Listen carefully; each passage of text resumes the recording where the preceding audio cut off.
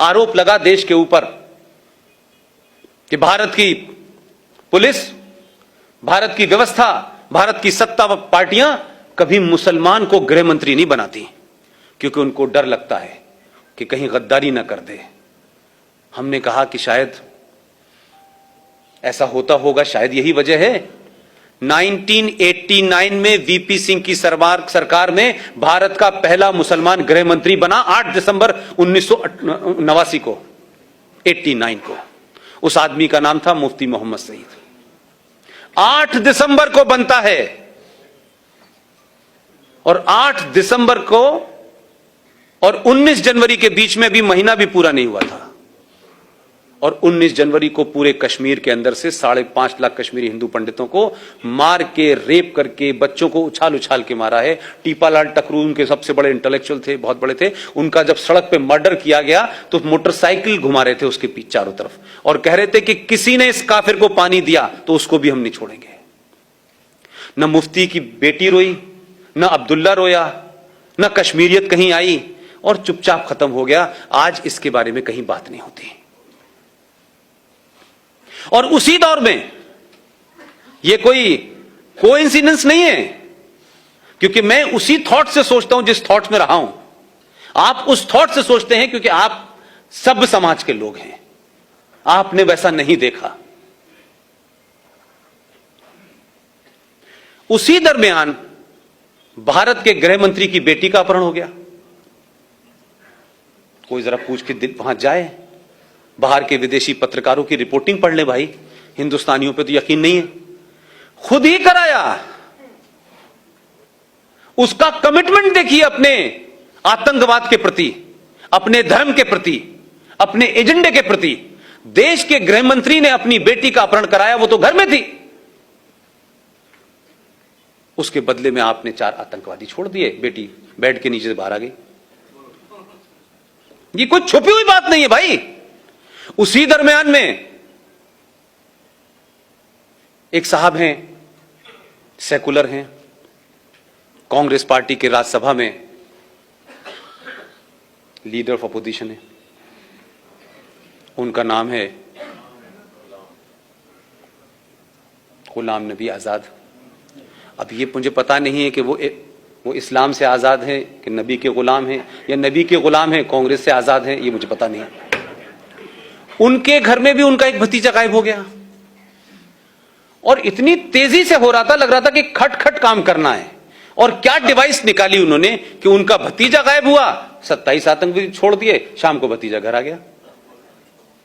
एक और साहब हैं जिन्होंने वोट वाजपेयी के दरमियान दिया था, नाम जानते हैं?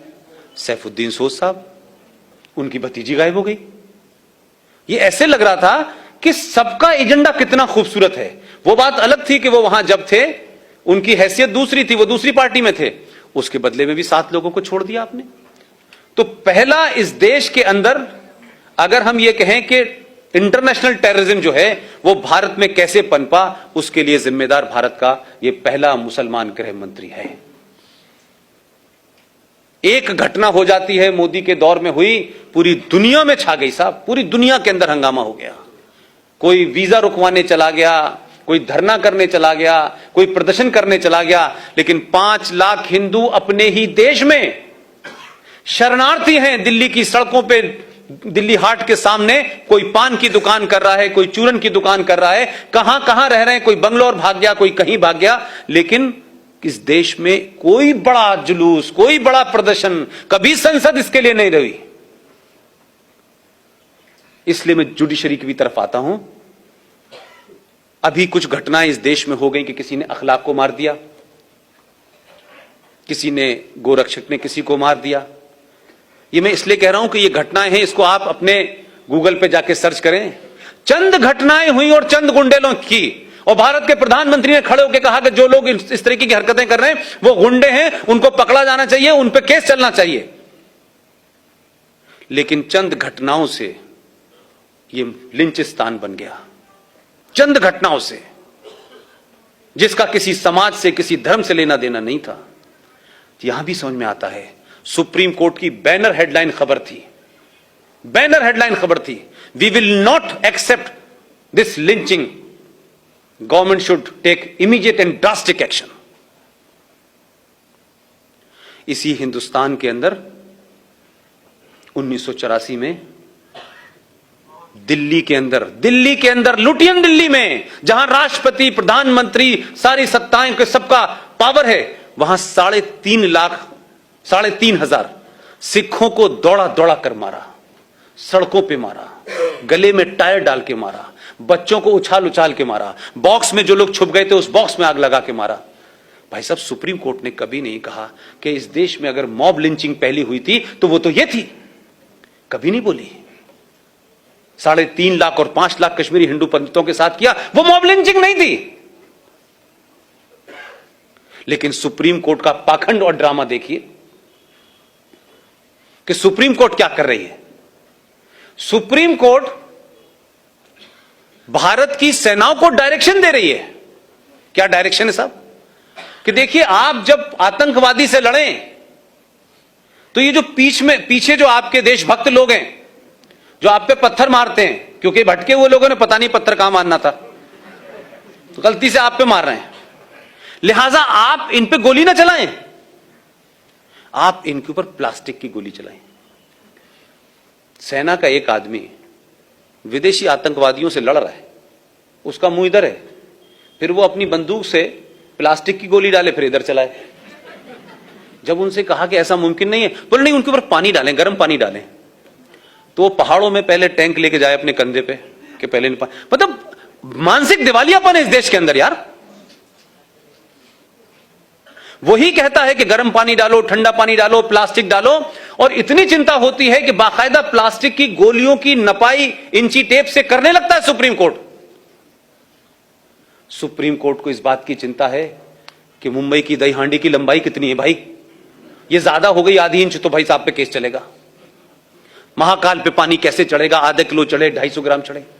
लेकिन इसी सुप्रीम कोर्ट ने दिल्ली से सटा हुआ एक 40 किलोमीटर की दूरी पर एक जगह है, एक आदमी, वो गलत था सही था यह विषय नहीं है, वो किसी गलत काम में पकड़ा गया, यह बात अलग है कि वो भी वही सब कर रहा था। अगर 1400 साल पहले टेलीविजन होता तो तब भी यही हो रहा था।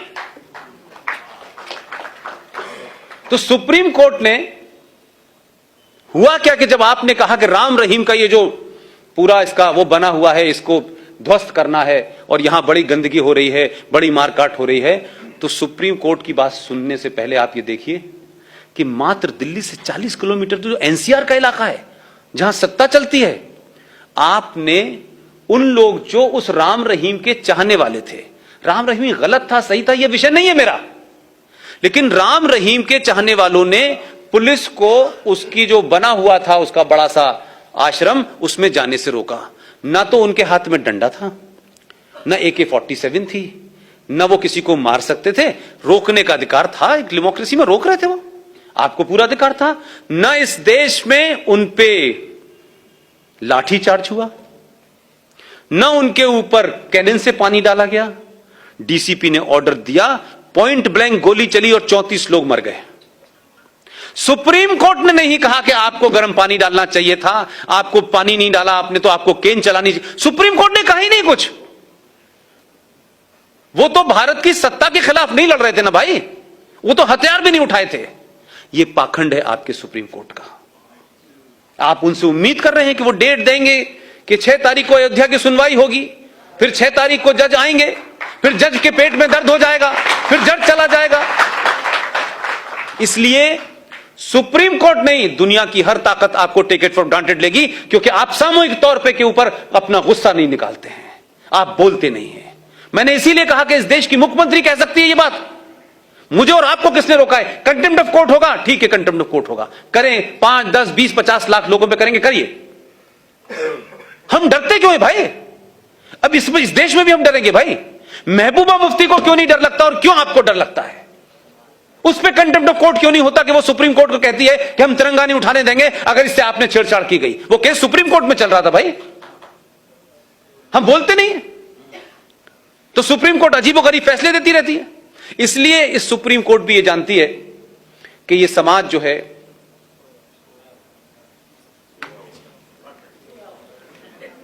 ये बात अलग है कि आप जाग गए, बाकी तो सो ही रहे ना। आपने जगाने भेजा इसे, वो चौकीदारी करके सीटी बजा बजा के जगा रहा है, लेकिन समझ नहीं रहे वो लोग कि भाई ये जगा रहा है, समझ में नहीं आ रहा।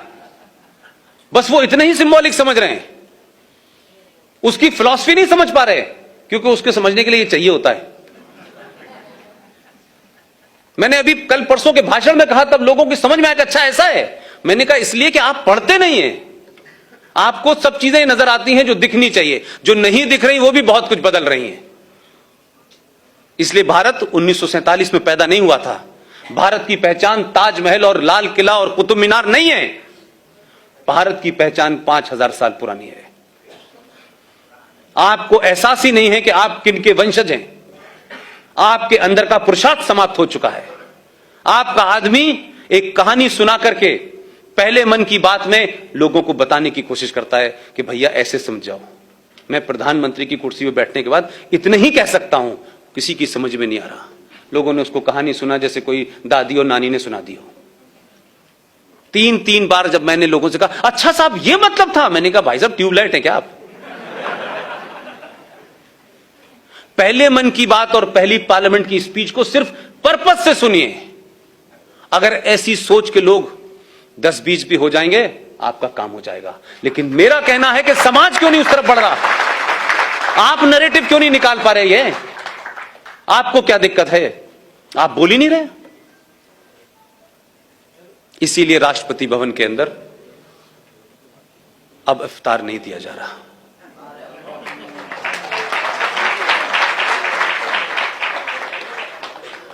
इसीलिए राष्ट्रपति भवन में आने वाले विदेशी मेहमानों को भोज के बाद ताजमहल की जो वो पहचान थी ना भारत की, क्योंकि हम लोग तो वहां ताज से चाय पी रहे थे, हमें क्या पता था ये पहचान भी बन जाएगी। वो दी जा रही थी कि ये भारत की पहचान है हर विदेशी आदमी को।